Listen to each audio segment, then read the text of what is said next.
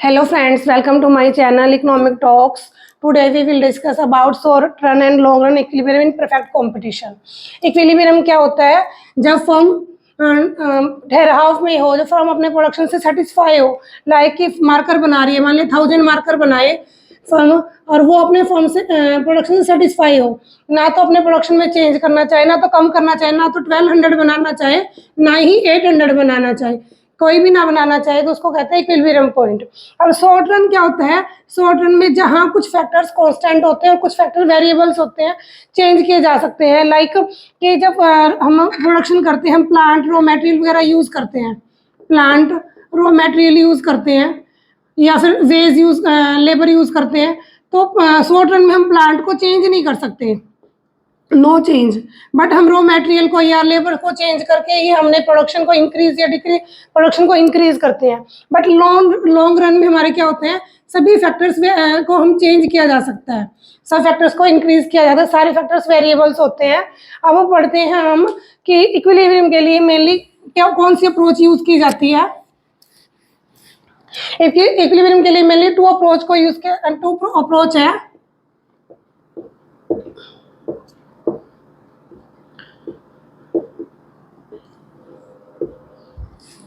First is total revenue and total cost approach.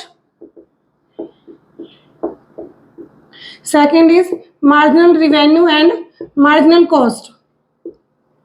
Total revenue and total cost कैसे है कि total जब हमारे फर्म का शॉर्ट रन में कि कुछ फैक्टर कांस्टेंट होते हैं, तो फर्म को मैक्सिमम प्रॉफिट भी हो सकता है और मिनिमम लॉस भी हो सकता है। इसके लिए दो पॉइंट हो गए, मैक्सिमम प्रॉफिट या फिर minimum loss. Minimum loss, maximum profit कैसे करते हैं? TR minus TC। अब हम एक डायग्राम से समझते हैं।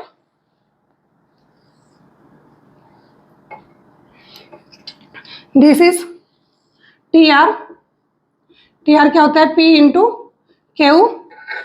This is TC, total cost curve.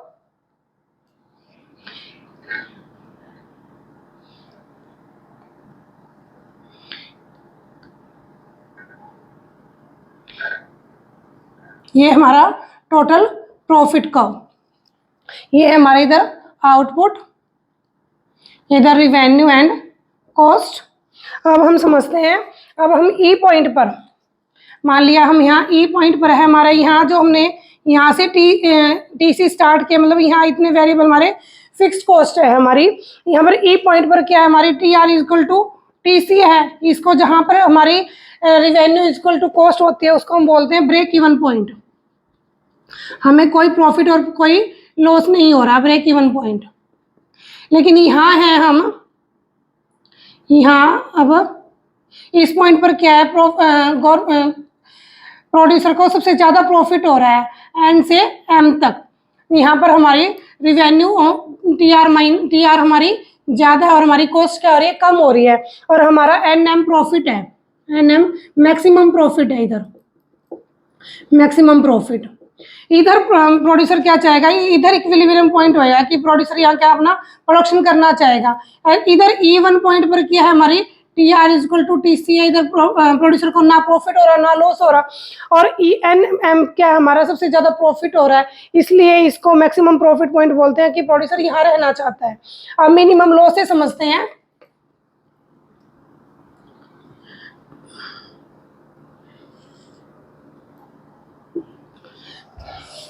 This is TR, यहाँ आउटपुट, ये हमारा रिवेन्यू एंड कॉस्ट, ये हमारी TC, ये हमारी VC। ये वाले पॉइंट में है जहाँ पर प्रोड्यूसर को अपनी, प्रोड्यूसर क्या करेगा, जितना प्रोड्यूसर को फिक्स कॉस्ट है, मान लिया कि प्लांट वगैरह का जो कॉस्ट कंप्लीट नहीं हो रही, लेकिन वेरिएबल कॉस्ट ही कंप्लीट हो रही है, तो भी प्रोड्यूसर क्या करेगा, अपने प्रोडक्शन को जारी रखेगा। अगर फिक्स कॉस्ट वेरिएबल कॉस्ट से भी प्रोडक्शन मतलब कि रिवेन्यू कम हो जाए, प्राइस कम हो जाए, तो प्रोड्यूसर क्या करेगा, अपना प्रोडक्शन करना बंद कर देगा। अब इस पॉइंट को हम क्या बोलेंगे, shut down point. Sir down point जब तक इतना प्रोड्यूसर को प्रॉफिट मिलता रहेगा, यहाँ तक प्रोड्यूसर को अगर प्राइस कंप्लीट होती रहेगी तो प्रोड्यूसर प्रोडक्शन करता रहेगा। यहाँ पर प्रोड्यूसर का मिनिमम लॉस कितना है, यहाँ एन से एन एम क्या है, ये मिनिमम लॉस है, N M minimum loss, minimum loss. अब हम सेकंड मेथड पढ़ते हैं, M R is equal to M C. M R क्या होता है, जब हम एक्स्ट्रा यूनिट का प्रोडक्शन करते हैं तो हमारे टोटल रिवेन्यू में जो चेंज आता है उसको हम मार्जिनल रिवेन्यू कहते हैं। Marginal revenue is equal to T R N minus 1। ऐसे ही एम सी क्या होता है, जब हम एक्स्ट्रा यूनिट का प्रोडक्शन किया जाता है तो हमारे टोटल कॉस्ट में जो चेंज आता है उसको हम बोलते हैं marginal cost, T C N minus 1। अब हम सबसे ज़्यादा जो मेथड यूज़ किया जाता है वो M R and M C use किया जाता है। M R and M C के लिए दो कंडीशन का फुलफिल होना बहुत ज़रूरी है। First is M R is equal to M C, second is M C cuts M R from below, अब हम डायग्राम से समझते हैं।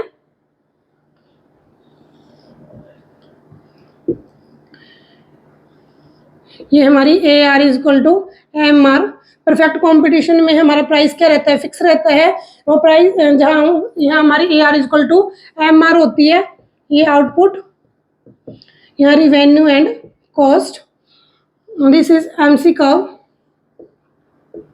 यहाँ इस पॉइंट पर क्या है, ई पॉइंट पर हमारा M R is equal to M C है। हमारी फर्स्ट कंडीशन तो फुलफिल यहाँ हो जाती है, बट आगे क्या हो रहा है, जब हम प्रोडक्शन इंक्रीज करते जा रहे हैं तो हमारी कॉस्ट कम होती जा रही है। तो प्रोड्यूसर जब तक प्रोडक्शन करता रहेगा, जब तक कि उसकी कॉस्ट कम होती जा रही है, उसको प्रोड्यूसर का प्रॉफिट क्या हो रहा है, इंक्रीज हो रहा है। तो सेकंड कंडीशन का भी फुलफिल होना जरूरी है, जहाँ पर एम सी एम आर को नीचे से काटे। अगर यहाँ से भी ज़्यादा प्रोडक्शन करेगा तो क्या हो रहा है, प्रोड्यूसर का मतलब कि यहाँ कॉस्ट इंक्रीज हो रही है, इसलिए सेकंड कंडीशन का भी फुलफिल होना जरूरी है। M C cuts M R from below, M R from below. इसलिए इक्विलिब्रियम पॉइंट कहाँ है, E1 पॉइंट क्या है, इक्विलिब्रियम पॉइंट है। अब हम पढ़ते हैं कि एक फर्म को शॉर्ट रन में नॉर्मल सुपर नॉर्मल प्रॉफिट भी मिल सकता है, नॉर्मल प्रॉफिट भी, और लॉस भी हो सकता है। उसको हम डायग्राम से समझते हैं।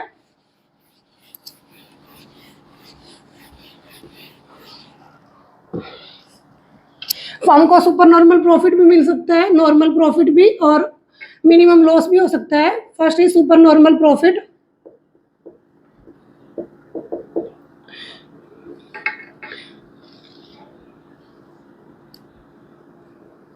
ये क्या है, M R A R is equal to M R output,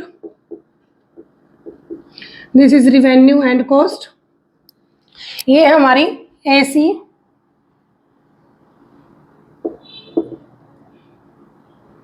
ये हमारी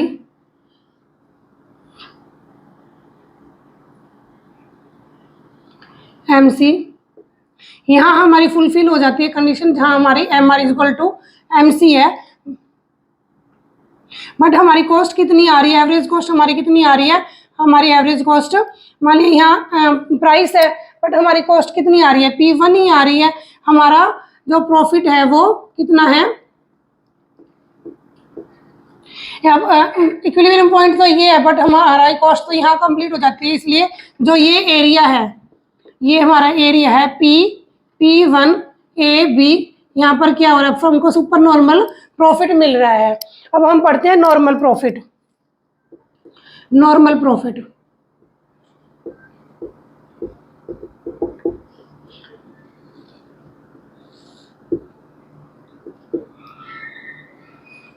this is AR is equal to MR output, revenue and cost.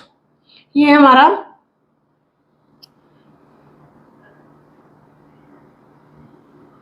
AC, ये हमारा MC। यहाँ पर क्या है, यहाँ इक्विलिब्रियम पॉइंट है, यहाँ पर फर्म को ओनली अपने नॉर्मल प्रॉफिट ही मिल रहे हैं, रिवेन्यू इक्वल टू कॉस्ट है। अब मिनिमम लॉस का डिस्कस करते हैं। Minimum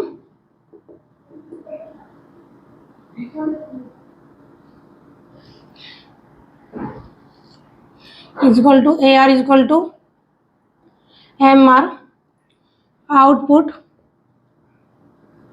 revenue and cost. ये हमारी क्या है, एवरेज कॉस्ट कर्व। यहाँ हमारी AVC,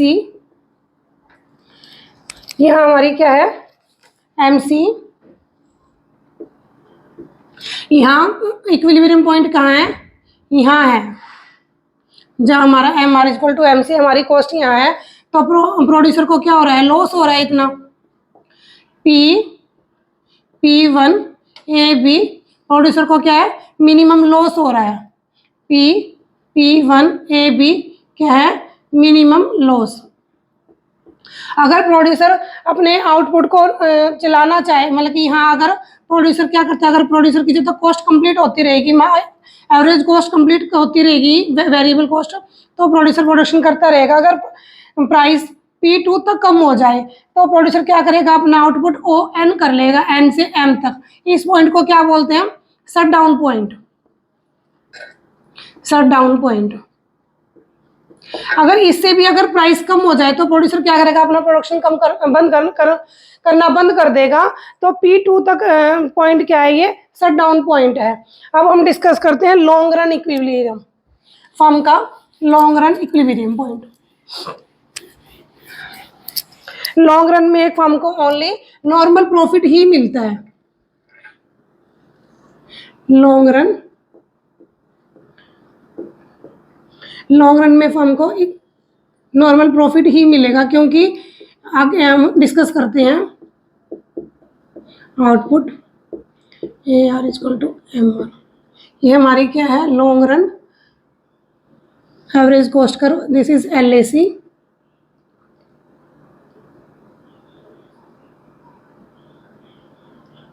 SAC ये शॉर्ट रन, ये हमारी LMC, दिस इज SMC।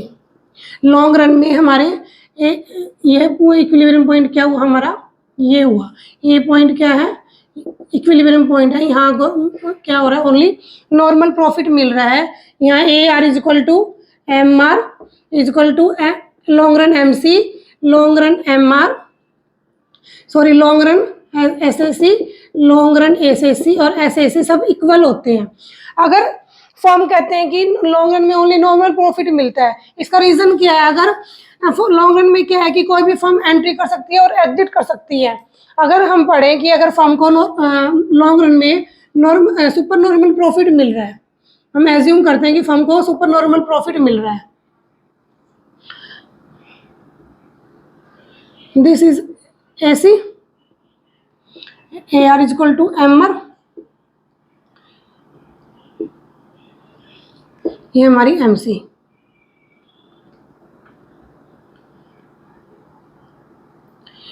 लॉन्ग रन में क्या है कि कोई भी फर्म एंट्री कर सकती है, एग्जिट कर सकती है। फर्म को यहाँ पर ये सुपर नॉर्मल प्रॉफिट मिला हुआ है, P1 AB super normal profit मिल रहा है। यहाँ इंडस्ट्री का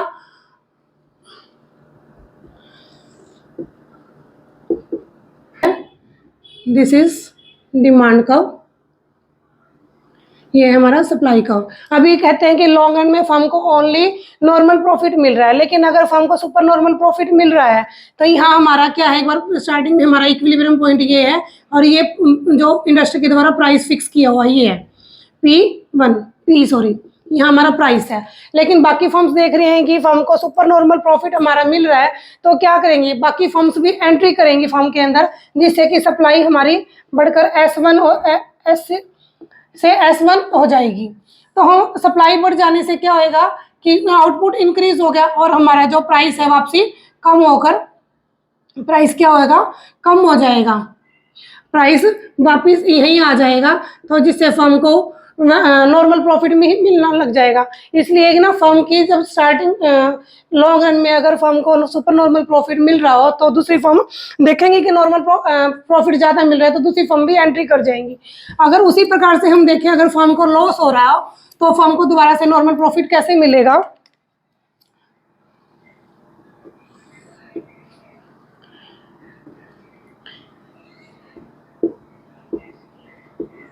ये SCC, ये AC, यहाँ फर्म को लॉस हो रहा है, MC, यहाँ फर्म को इतना लॉस हो रहा है,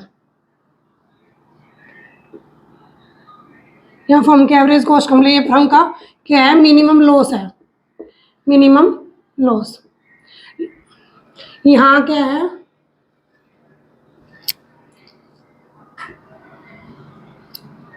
ये इंडस्ट्री का हमारा सप्लाई का इंडस्ट्री का कर्व है, इक्विलिब्रियम पॉइंट, ये हमारा सप्लाई और इधर हमारा डिमांड। अगर हमारा प्राइस क्या है, हमारा प्राइस ये चल रहा है, तो बाकी फर्म्स देखेंगी कि हमें लॉस हो रहा है, तो फर्म की फ्री एंट्री और फ्री एग्जिट का कंपटीशन के अंदर फीचर्स तो है ही, तो बाकी फर्म्स क्या करेंगे, कुछ फर्म्स क्या है, फर्म से निकल जाएंगे, इंडस्ट्री से बाहर आ जाएंगे, तो सप्लाई क्या हो जाएगी, कम हो जाएगी। सप्लाई कम होने से क्या होगा, प्राइस इंक्रीज हो जाएगा। हमारी जो क्वांटिटी हम पहले ON हो रही थी वो कम होकर OM हो जाएगी। जहाँ प्राइस पहले P था वहाँ P1 हो जाएगा। जो पहले फर्म को लॉस हो रहा था वो फर्म को क्या होगा, वापस नॉर्मल प्रॉफिट मिलने लग जाएंगे। इस टाइप से फर्म को लॉन्ग रन में ओनली सुपर नॉर्मल प्रॉफिट या मिनिमम लॉस नहीं होता, ओनली नॉर्मल प्रॉफिट ही मिलता है। अब करते हैं हम इंडस्ट्री का इक्विलिब्रियम पॉइंट। इंडस्ट्री के में क्या होता है, मेनली फर्म को इक्विलिब्रियम के लिए टू कंडीशन को फिल करना होता है। फर्स्ट इज, जितनी भी फर्म्स हैं जो इंडस्ट्री के अंदर फर्म्स हैं, ना तो कोई फर्म एंट्री करना चाहे, ना ही एग्जिट करना चाहे। No entry no exit. कोई फर्म है, जितनी भी फर्म्स है उतनी ही क्वांटिटी बनी रहे, ना तो कोई फर्म ये चाहे कि मैं एंट्री कर जाऊं और ना ही कोई फर्म चाहे कि मैं एग्जिट कर जाऊं। और सेकंड क्या होती है कि जो फर्म जितना प्रोडक्शन कर रही हो उतने फर्म से अपने सेटिस्फाई होनी चाहिए। मतलब ये नहीं है कि कोई भी फर्म ये चाहे कि मैं अपना प्रोडक्शन इंक्रीज करूं या प्रोडक्शन डिक्रीज करूं। कोई फर्म ये ना चाहे, ना तो इंक्रीज करना चाहे और ना ही डिक्रीज करना चाहे। वहाँ इक्विलिब्रियम पॉइंट होता है इंडस्ट्री का। इंडस्ट्री को ओनली नॉर्मल प्रॉफिट ही मिलता है लॉन्ग रन में। ये हमारा डिमांड का हो, ये हमारा सप्लाई का। यहाँ इक्विलिब्रियम पॉइंट यहाँ रहेगा। This is E point with equilibrium point. I hope you understand this topic. Thank you for watching. Stay tuned with us for more content.